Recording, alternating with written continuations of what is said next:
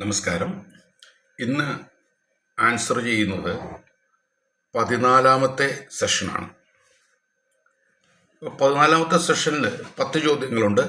പതിവ് പോലെ അതിൽ ഒരെണ്ണം മെത്തഡോളജിയുമായി ബന്ധപ്പെട്ടതാണ്. ബാക്കി 9 ചോദ്യങ്ങളും പ്യുവർ മാത്തമാറ്റിക്സ് തന്നെയാണ്. നമുക്ക് ആദ്യത്തെ ചോദ്യത്തിലേക്ക് കിടക്കാം. ആദ്യത്തെ ചോദ്യം ഇതാണ്. വളരെ സിമ്പിളായൊരു ചോദ്യം. Which of the following is equal to this one? പ്രത്യേകിച്ച് ഒരു വിശദീകരണത്തിൻ്റെ ആവശ്യമില്ല. അത് 3 തന്നെയാണ് എൻ്റെ ആൻസർ. ഓക്കെ, അപ്പോൾ ഇവിടെ രണ്ടാമത്തെ ചോദ്യത്തിലേക്ക് കടന്നു കഴിഞ്ഞാൽ, A rectangle is divided into 4 small rectangles.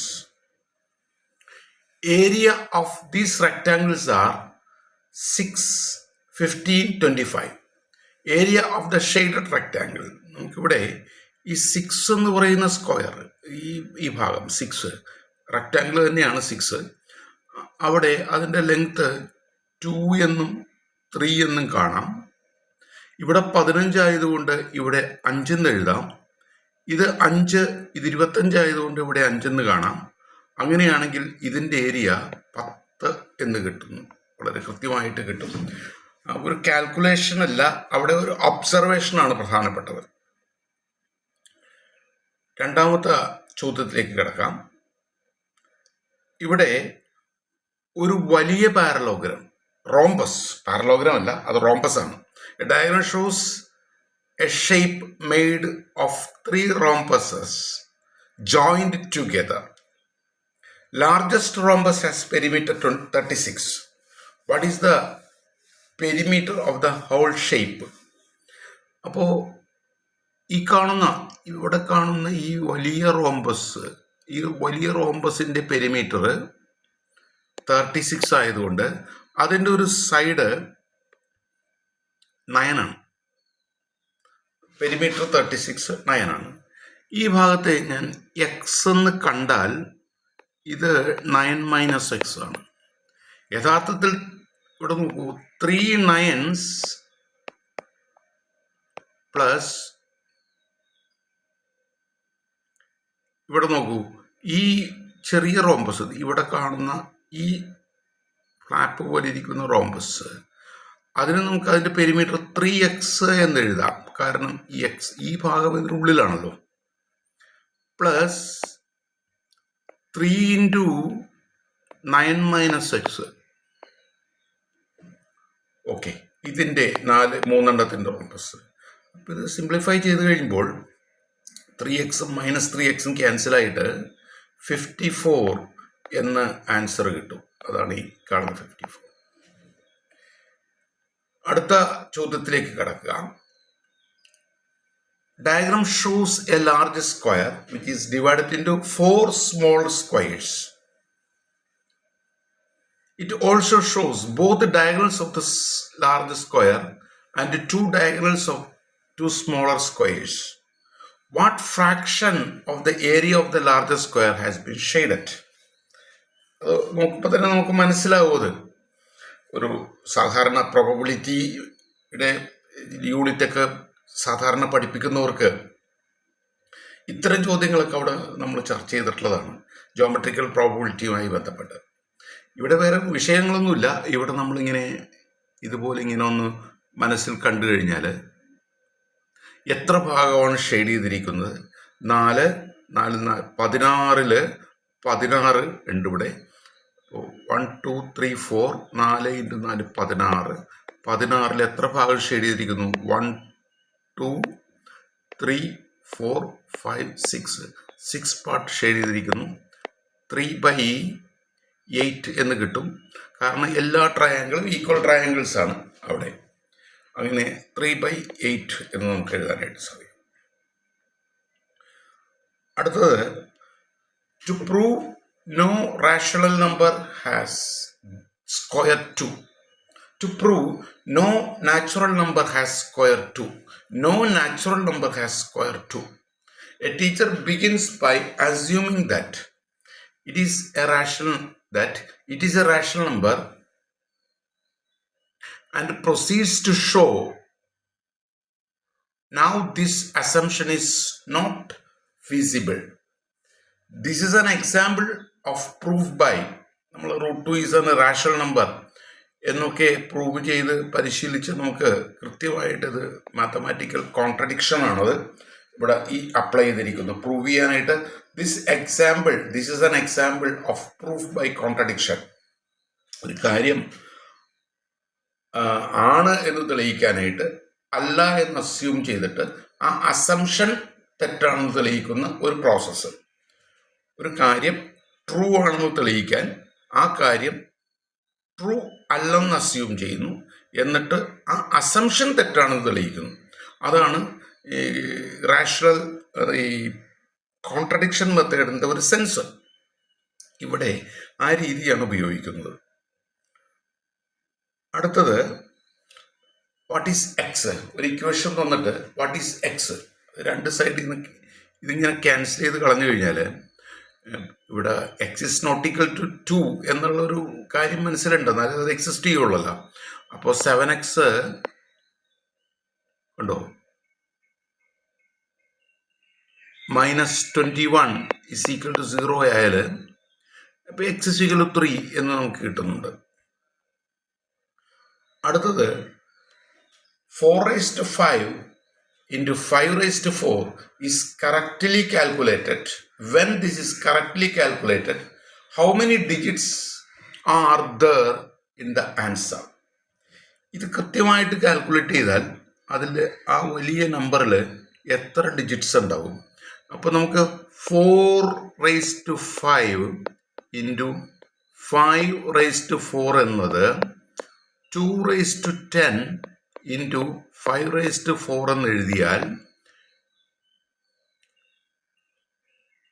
2�10 into 5⁴ എന്ന് എഴുതിയാൽ ഇവിടെ 2⁴ into 5⁴ into 2⁶ എന്ന് കണ്ടാൽ ദിസ് ഇസ് 10⁴ into 2�6. 2�6 64 ആണ്. ഓക്കെ, ഇവിടെ 4 zeros വരുന്നു. ആകെ 6 ഡിജിറ്റ്സ് ഉണ്ടാവും. ഇങ്ങനെ അത് കാൽക്കുലേറ്റ് ചെയ്യാൻ സാധിക്കും. Okay, which of the following is A square number? ഏറ്റവും സിംപ്ലസ്റ്റ് വേ എന്ന് പറയുന്നത് എന്നിന് ഒരു നമ്പർ കൊടുക്കുക എന്നുള്ളതാണ്. എന്നിന് 1 കൊടുത്തു കഴിഞ്ഞാൽ ഇവിടെ പെർഫെക്റ്റ് സ്ക്വയർ അല്ല, ഇവിടെ ഇതും പെർഫെക്റ്റ് സ്ക്വയർ അല്ലെന്ന് കാണാം, ഇതും പെർഫെക്റ്റ് സ്ക്വയർ അല്ലെന്ന് നമുക്ക് കാണാം. എന്നിന് 1 കൊടുത്തു കഴിഞ്ഞാൽ ഇവിടെ പെർഫെക്റ്റ് സ്ക്വയർ ആയി വരുന്നത് ഇവിടെയാണ്. ഇത് പെർഫെക്റ്റ് സ്ക്വയർ ആണെന്ന് കൃത്യമായിട്ട് കിട്ടും. കണ്ടോ? Which of the following is a perfect square for each positive integer n? അടുത്ത ചോദ്യം, ഈ ചിത്രത്തിൽ kn, അതായത് ആ ചെറിയ ഷെയ്ഡ് ചെയ്യാത്ത സ്ക്വയറിൻ്റെ ഇവിടെ ഈ സ്ക്വയറിൻ്റെ സൈഡാണ് നമുക്ക് വേണ്ടത്. ഇവിടെ പറയുന്നത് diagram shows 2 squares. The length NL is 10 centimetre.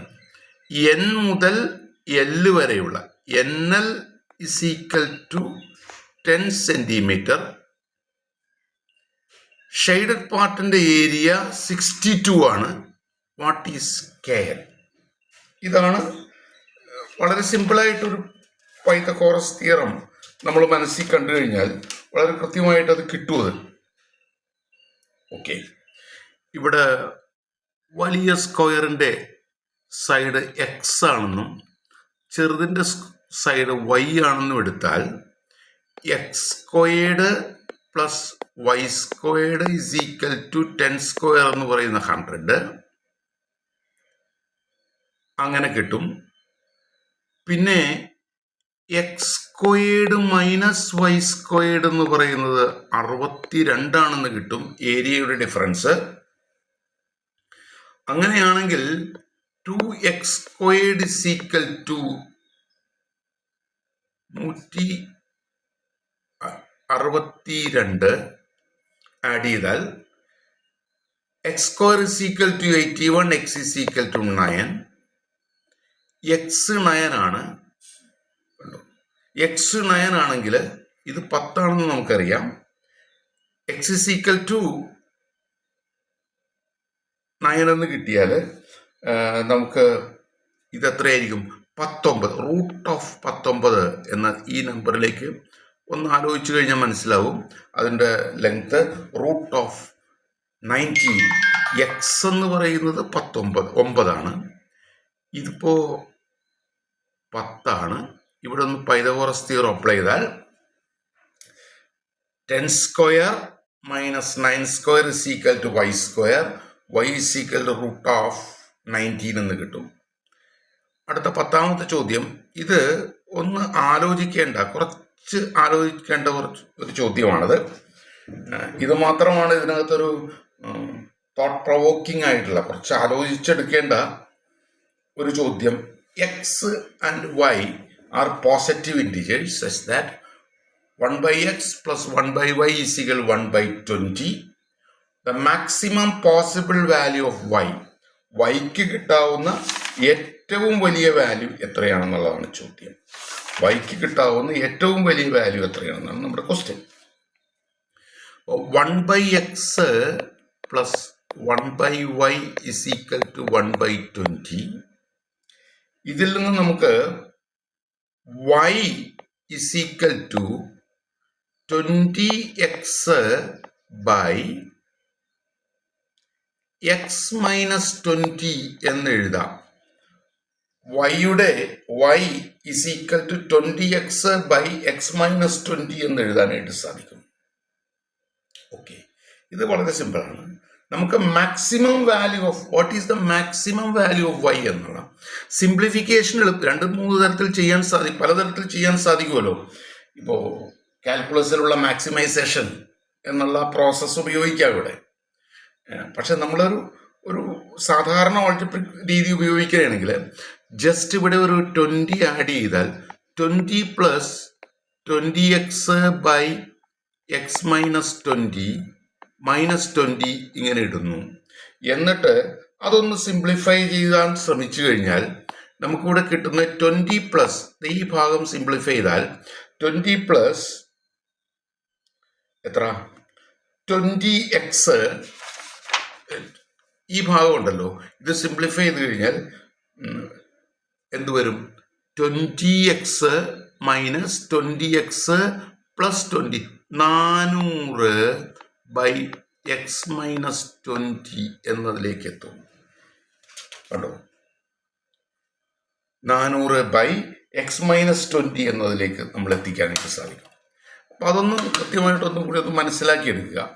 400 by 20 plus 400 by 20 minus x minus 20 അതിലേക്ക് എത്തിക്കാനായിട്ട് സാധിക്കും. ഇനിയൊന്ന് കൃത്യമായിട്ടൊന്ന് ആലോചിച്ച് നോക്കിയാൽ അതിനുത്തരം വളരെ സിമ്പിളായിട്ട് നമുക്ക് എത്താനായിട്ട് സാധിക്കും. അത് ഒന്ന് ആലോചിച്ച് നോക്കാം. ഇവിടെ ഇത്രയേ ഉള്ളൂ അതിൻ്റെ ഒരു കാൽക്കുലേഷൻ.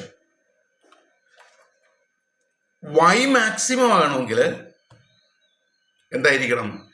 എക്സ് മൈനസ് 20 മിനിമം ആയിരിക്കണമല്ലോ. വൈ മാക്സിമം ആണെങ്കിൽ എക്സ് മൈനസ് 20 മിനിമം ആയിരിക്കണം. അപ്പോൾ എക്സ് ഷുഡ് ബി 21.